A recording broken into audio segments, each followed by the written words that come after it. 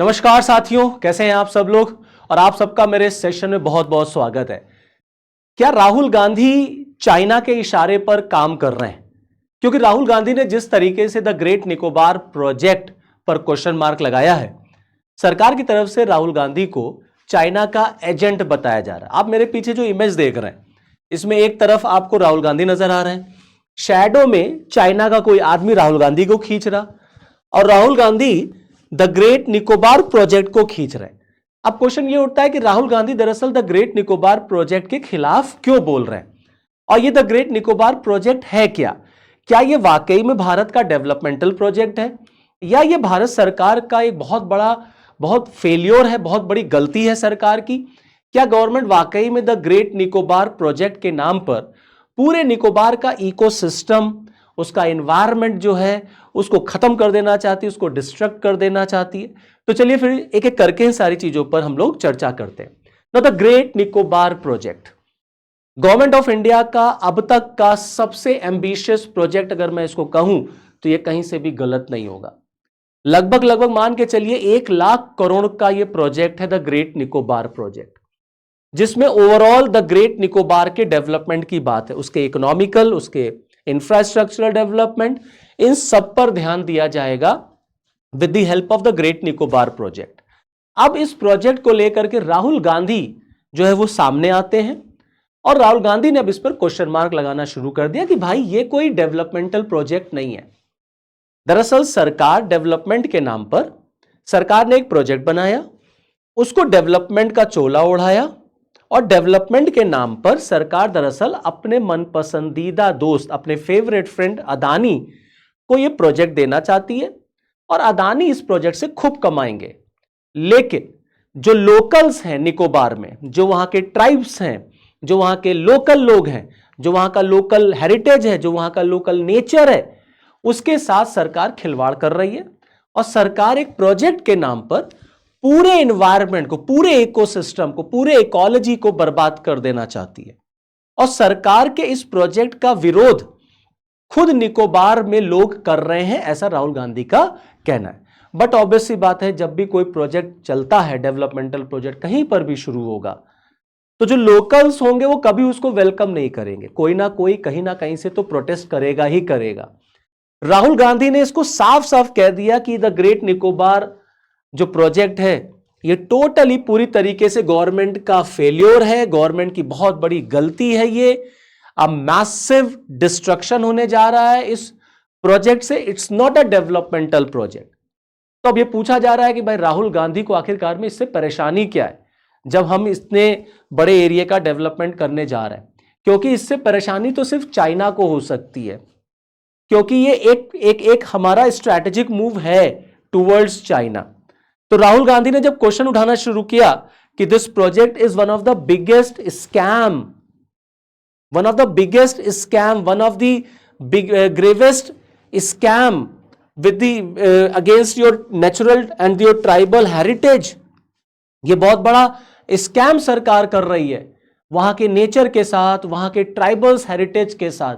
सरकार उनके रिसोर्सेज को लूट रही है, पेड़ कटेंगे, हजारों की संख्या में पेड़ कटेंगे, हैवी लोडेड पेड़ जो निकोबार में थिक पेड़ हैं, जो कई जनरेशनल पुराने पेड़ है, जनरेशन टू जनरेशन लग जाती है उन पेड़ों को बड़ा होने में, और सरकार एक झटके में अपने एक प्रिय मित्र के वेलफेयर के लिए, उसको फायदा पहुंचाने के लिए सरकार एक झटके में पूरे निकोबार को तहस नहस कर देगी, ऐसा राहुल गांधी का आरोप है सरकार के ऊपर।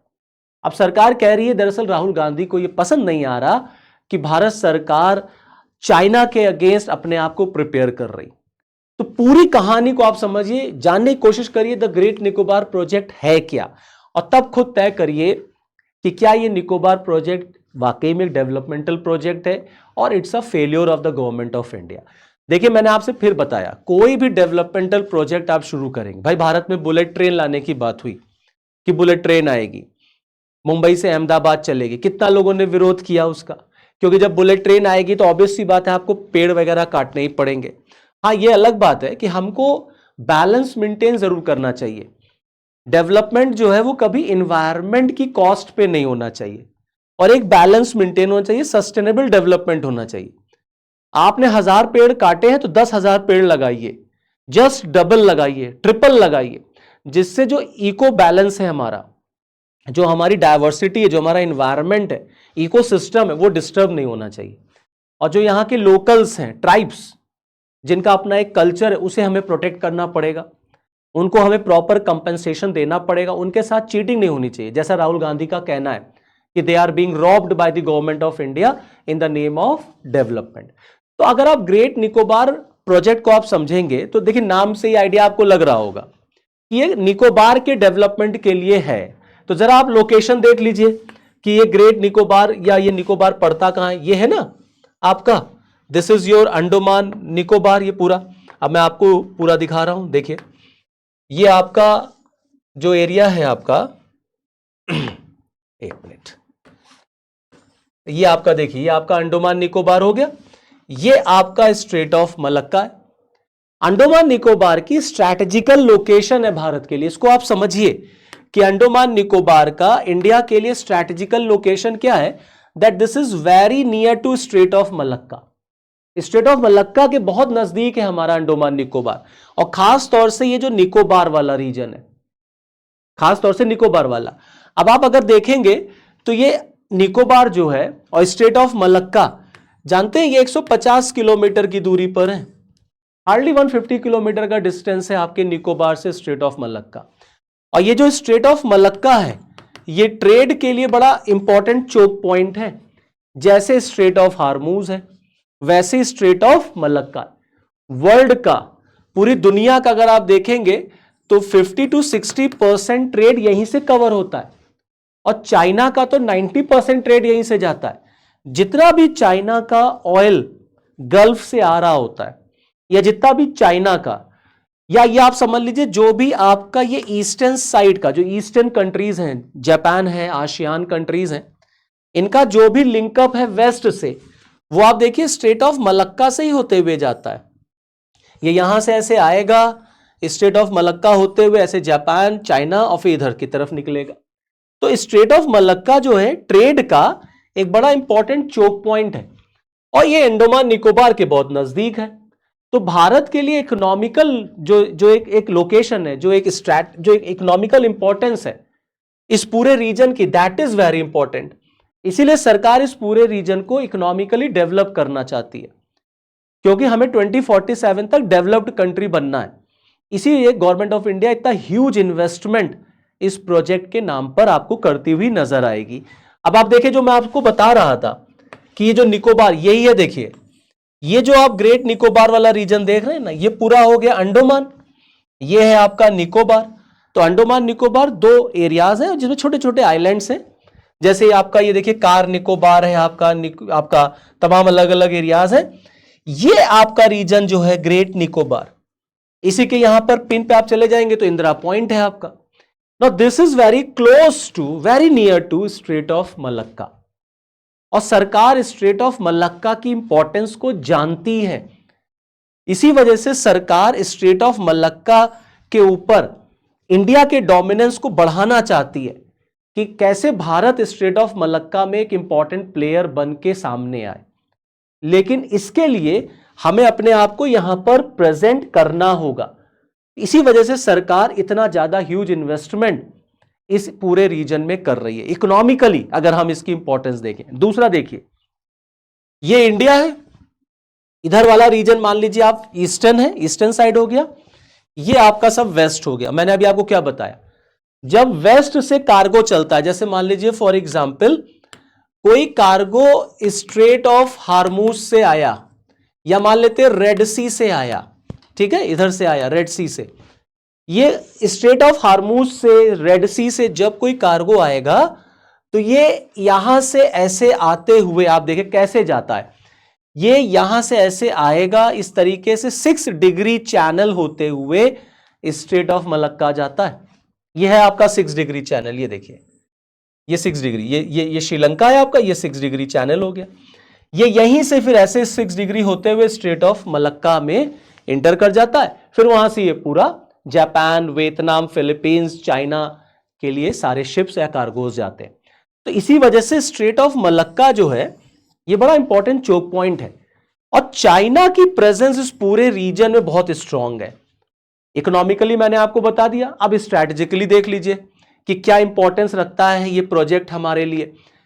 मैंने आपको बताया कि चाइना की प्रेजेंस इस पूरे रीजन में बहुत इंपॉर्टेंट है। 90% of Chinese trade straight of Malacca से ही होके जाता है। और चाइना किस तरीके से इंडिया के अगेंस्ट स्ट्रिंग ऑफ पर्ल की पॉलिसी चलाता है ये हम सब जानते हैं। स्ट्रिंग ऑफ पर्ल का मतलब कि भारत को एक तरीके से ना, जैसे मोतियों की माला होती है ना, गले में माला लगा दी गई तो माला आपके गले के चारों तरफ ऐसे आ जाती है। ऐसी चाइना स्ट्रैटेजिकली भारत को घेर रहा है। घेर रहा नहीं है, वो घेर चुका।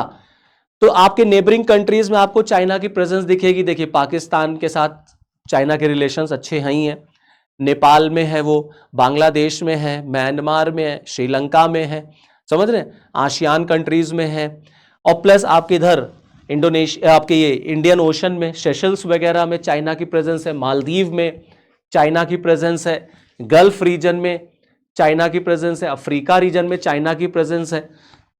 तो अगर आप देखेंगे तो चाइना की प्रेजेंस को अगर आप ऐसे डॉटेड डॉटेड कनेक्ट करेंगे तो वो आपको भारत के चारों तरफ एक तरीके से घेरती हुई नजर आएगी। तो आपको लगेगा कि चाइना ने स्ट्रैटेजिकली इंडिया को घेर रखा है कि किसी भी एडवर्स कंडीशन में अगर हमें भारत पे अटैक करना हो, मान लीजिए, ये सारे उसके पिन पॉइंट्स हैं। तो हमें भी तो अपने आप को इस तरीके से डेवलप करना पड़ेगा ना, जस्ट टू काउंटर चाइना। तो चाइना को काउंटर करने के लिए हमें ऑटोमेटिकली अपने निकोबार में अपनी प्रेजेंस बढ़ानी पड़ेगी। तो निकोबार में प्रेजेंस बढ़ाने का मतलब वहां हमें अपने स्ट्रैटेजिकल इक्विपमेंट्स, स्ट्रैटेजिकल प्रेजेंस बढ़ानी पड़ेगी। इसी वजह से भारत सरकार ने द ग्रेट निकोबार प्रोजेक्ट का अनाउंसमेंट किया। नीति आयोग का ambitious project, government of India का एम्बिशियस प्रोजेक्ट, ह्यूज अमाउंट इसमें इन्वेस्ट हो रहा है, जिसके थ्रू हम स्ट्रेट ऑफ मलक्का का इकोनॉमिकल यूज कर सकें, उसके बहुत नजदीक हम पहुंच जाएंगे, वहां से हम अपने इकोनॉमिकल डेवलपमेंट को देखेंगे। स्ट्रेट ऑफ मलक्का पर हमारी नजरें हमेशा बनी रहेंगी, हम चाइना की एक्टिविटी पर ध्यान दे पाएंगे, चाइना को काउंटर कर पाएंगे। और स्ट्रेट ऑफ मलक्का के हम नजदीक आ जाएंगे तो मिलिट्रली हमारी प्रेजेंस निकोबार में जो है वो बढ़ जाएगी। तो किसी भी एडवर्स कंडीशन में हम वहां उस इंफ्रास्ट्रक्चर का यूज कर पाएंगे। और आप देखें अंडमान निकोबार के पास ही म्यांमार का एक आइलैंड है, कोको आइलैंड, नाम सुना होगा आपने। और वो कोको आइलैंड किसके अंडर में है? चाइना के अंडर में। तो आपको बिल्कुल अपने आप को फ्यूचर रेडी करना ही पड़ेगा। So this is not just a project, this is the requirement. ये भारत की आवश्यकता है, this is need of the hour कि इंडिया को बिल्कुल ऐसे प्रोजेक्ट्स पे काम करना ही पड़ेगा। हाँ, ये अलग बात है कि अब इस प्रोजेक्ट के नाम पर जो भी डिस्ट्रक्शन हो रहा है, जो भी डिफॉरेस्टेशन हो रहा है, so we must focus on afforestation also, कि हमें प्लांटेशन पर भी ध्यान देना होगा ताकि एनवायरनमेंट के साथ कोई खिलवाड़ ना हो, इकोसिस्टम नहीं बिगड़ना चाहिए।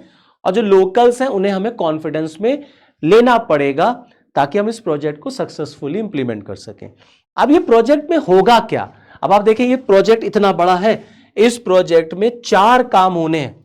4 काम, कौन कौन से 4 काम होने? देखिए, सबसे पहला जो आपका निकोबार है, आप उसको समझ लीजिए। देखिए ये निकोबार है, ओके, ये आपका कैम्बल बे नेशनल पार्क है, ये ग्रेट निकोबार आइलैंड है, और ये आपका गलैथिया नेशनल पार्क है।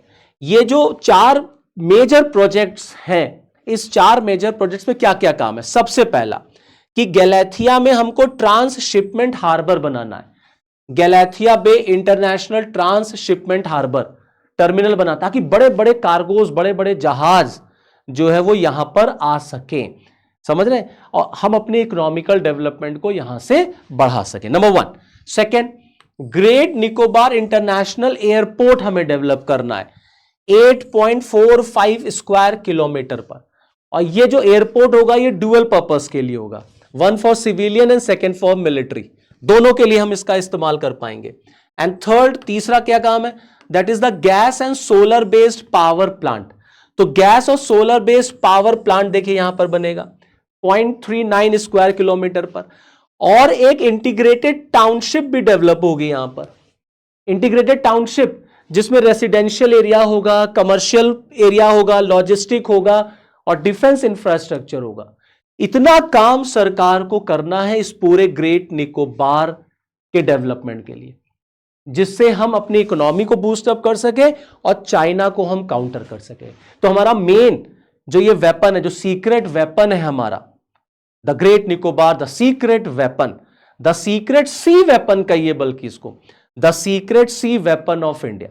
ये हमारा एक विजनरी प्रोजेक्ट है टू काउंटर चाइना, चाइना के ऊपर दबाव बनाने के लिए। हम नहीं करेंगे तो ऑटोमेटिकली चाइना आपके ऊपर हमेशा डोमिनेट करेगा, साइकोलॉजिकल फियर हमेशा आपको रहेगा, साइकोलॉजिकल प्रेशर वो आप पर क्रिएट करेगा। तो राहुल गांधी का कंसर्न अपनी जगह है, लेकिन ये जो प्रोजेक्ट है इसकी इंपॉर्टेंस अपनी जगह है। तो आई होप आपके कॉन्सेप्ट क्लियर हो गए होंगे, ग्रेट निकोबार प्रोजेक्ट आपको समझ में आया होगा। अब आप खुद डिसाइड कर लीजिए whether this project is important for India और it is just a wastage. तो चलिए फिर इस वीडियो में इतना ही, फिर नेक्स्ट वीडियो में आपके साथ फिर मिलूंगा, तब तक के लिए जय हिंद।